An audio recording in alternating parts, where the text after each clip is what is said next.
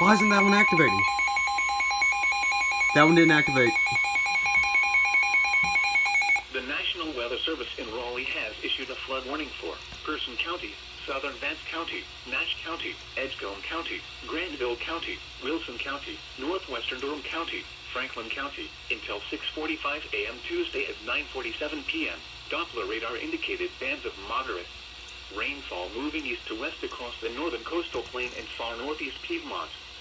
Between 2 and 3 inches of rain has fallen since Sunday afternoon. Additional rainfall amounts of 1 to possibly as high as 3 inches are possible through 4 a.m. Be especially cautious at night when it is harder to recognize the dangers of flooding. Do not drive your vehicle into areas where the water covers the roadway. The water depth may be too great to allow your car to cross safely. Move to higher ground.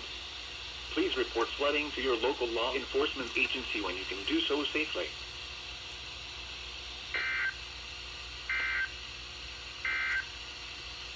Here are the 9 So p.m. that's weird. My observations Delta 521 did not activate. Airport. Rain and fog I don't know. I have to reported. check it out.